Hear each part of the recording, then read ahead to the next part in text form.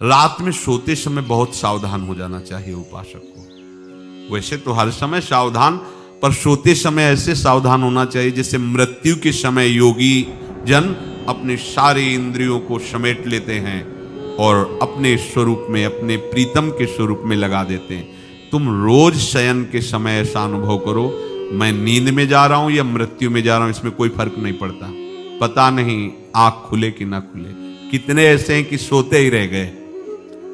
आप अब बेहोशी की हालत में जा रहे हैं, नींद में जा रहे हैं, तो एक समय रखो कि आप अपनी शैया पर इतने समय ही जाएंगे।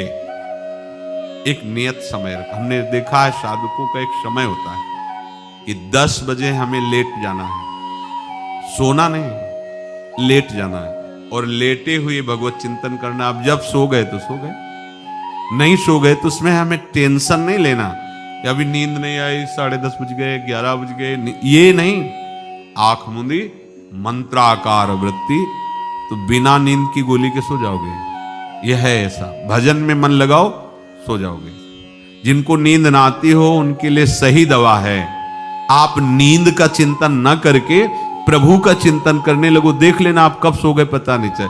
और अगर सौभाग्य से नींद ना आई तो नींद में जो इंद्रियों को पुष्टता मिलती है वो होता है संसार का विस्मरण।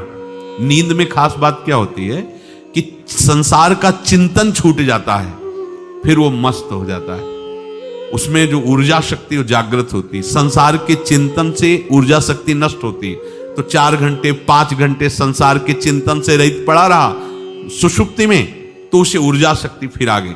और अगर 4-5 घंटे आप प्रभु के चिंतन में रहे तो संसार का चिंतन छूटा, आनंद सिंधु का चिंतन हुआ। तो ये नहीं होगा कि आज रात्रि सोया नहीं तो बहुत टेंशन है, परेशानी, ऐसा नहीं होगा। भीष्म जी आज्ञा करते हैं रात्रौ च कृष्णम। ये बहुत सावधानी की बात, प्रायः इस सावधानी में नहीं रहा जाता। बचपन से सदगुरुदेव भगवान ने यही शिक्षा दी थी, गुरु कृपा से ऐसे उपदेश मिले थे। सोते समय कोई वार्ता नहीं, कोई अन्य चिंतन नहीं, चुपचाप अपने मन को हटाकर केवल इष्टमय करो।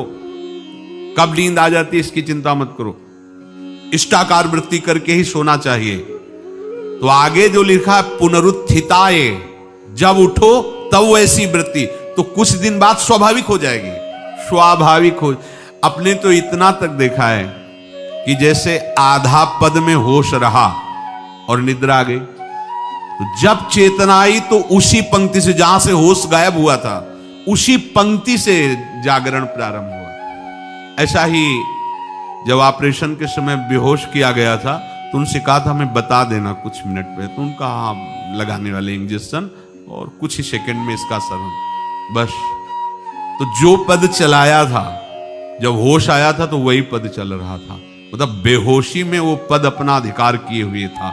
ऐसे नींद भी तुम्हारी भजन हो जाएगी, समाधि हो जाएगी, यदि आप सोते समय प्रभु का चिंतन करें। बहुत ही सावधानी की बात है। यदि इस जन्म में परम लाभ लेना चाहते हो तो इस श्लोक को अपना जीवन बनाओ। कृष्णव्रताः, हमारा जीवन का एक ही व्रत है कि हम अपने प्रीतम का भजन नहीं छोड़ेंगे, अखंड भजन। हमें ये नहीं देखना कि उपांशु मानसी को इसमें कितने गुना, हमें गुना बुना नहीं देखना। हमें अपने प्रभु को बोलना नहीं। भजन में मन नहीं लग रहा, पद गा रहे हैं, जोर जोर से चिल्ला रहे हैं, नाम कीर्तन, हमें अपने प्रभु से जुड़े रहना है।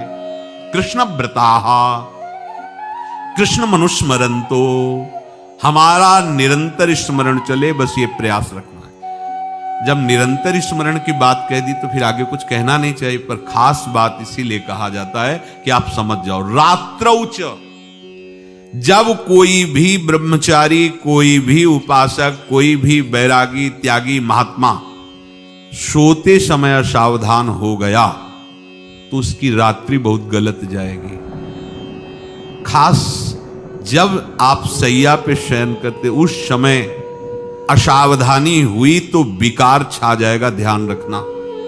आपका चिंतन गलत हो जाएगा, आपकी चेष्टा गलत हो जाएगी, जागृत में ना सही तो स्वप्न में। आप सावधान उस समय जरूर रहिए। और उतना ही विश्राम कीजिए जितना आवश्यक हो। व्यर्थ में करवटें मत बदलिए, ये उपासक का स्वरूप नहीं होता।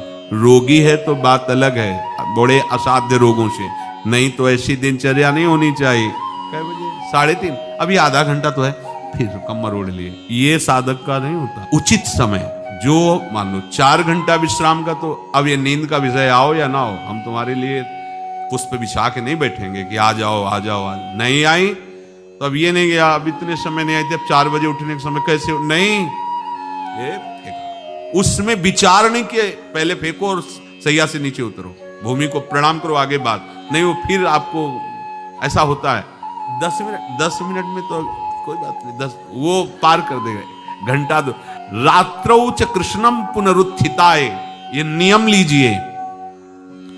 सोते समय आप बिल्कुल मृत्यु दशा की स्थिति लाइए, जैसे मरने वाला नहीं होता, सब जगह से मन हटाकर, और सच्ची है, पता नहीं आंख खुले कि ना खुले, ये बड़ा धोखे का जीवन है। ये ऐसे हजारों लोग सोए और सोते ही रह गए। हमको धोखे में नहीं रहना, सुबह जग जाएंगे तो फिर भजन करेंगे, लेकिन हम बिल्कुल तैयारी में।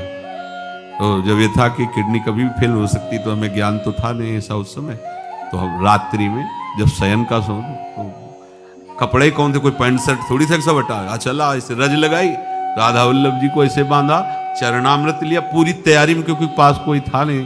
तो ये होता था कब मर जाए, कैसे हम बताएं कितना सुख, एकदम युगल चरणारविंद में तदाकार होते।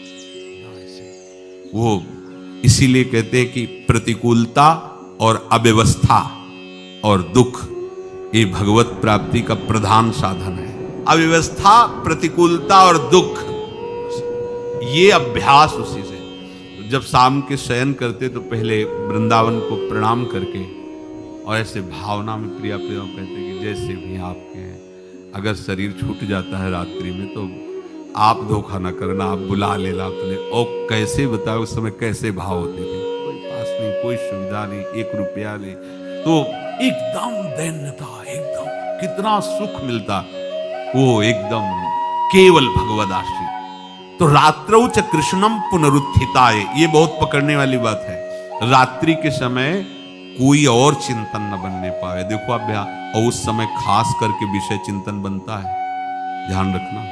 दिन भर लड़ते रहोगे इंद्रियों से, और जब आप शयन के समय जाओगे तब वो अवसर ढूंढेंगे और आपको विषयों में फंसाने की चेष्टा करेंगे।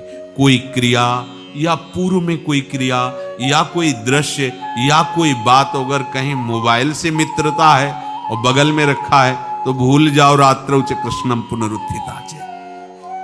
जब तक नींद नहीं आती तब तक फिर वो ऐसी सामग्री डाल देगा तो बर्बाद हो जाओगे। साधक मान लो, हमारी प्रार्थना मान लो, हम मानते हैं कि आज के समय में यंत्र का बहुत बड़ा प्रभाव है।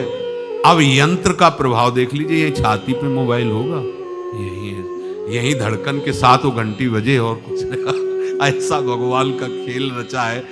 और इसमें सबसे खतरनाक बात है कि आप जो चाहो देख सकते हो, जहां चाहो, जैसे विश्व की पूरी बात, पूरा विश्वात्मा है, ये विश्वात्मा स्वरूप है, सर्च करो देख। अब अगर साधक सावधान नहीं है तो समाज में तो ऐसे कट गया। अब एकांत में जब शयन के समय गया, उस समय मन आपको फंसाने की चेष्टा। प्रार्थना है, अगर आपके पास मोबाइल हो तो एक उसका समय रखो। अगर आपको ऐसा लगता है कि कोई परिस्थिति आ जाए, हम स्विच ऑफ किए हैं, तो एक और मोड कहते हैं, कोई फ्लाइट मोड दो, क्या मोड में लगा दो, सीधे मत रखो, मोड में लगा दूर रख दो। आप अपने चित्त को प्रभु में जोड़िए। रात्रि के समय मोबाइल का प्रयोग मत कीजिए। मान लीजिए रात्रौ च कृष्णम पुनरुत्थिताय, सुबह उठते ही आपको कुछ चिंतन नहीं करना। सबसे पहले उठते ही, यदि आपके अभ्यास में आ गया तो ऐसा ही होगा, नहीं तो आपको पहले सदगुरुदेव भगवान का प्रणाम नमस्कार और कुछ भक्तों का, और फिर नाम जप, भले 5 मिनट ही करो, अपने आराध्य देव का सुमिरन, फिर अपनी दिनचर्या करो।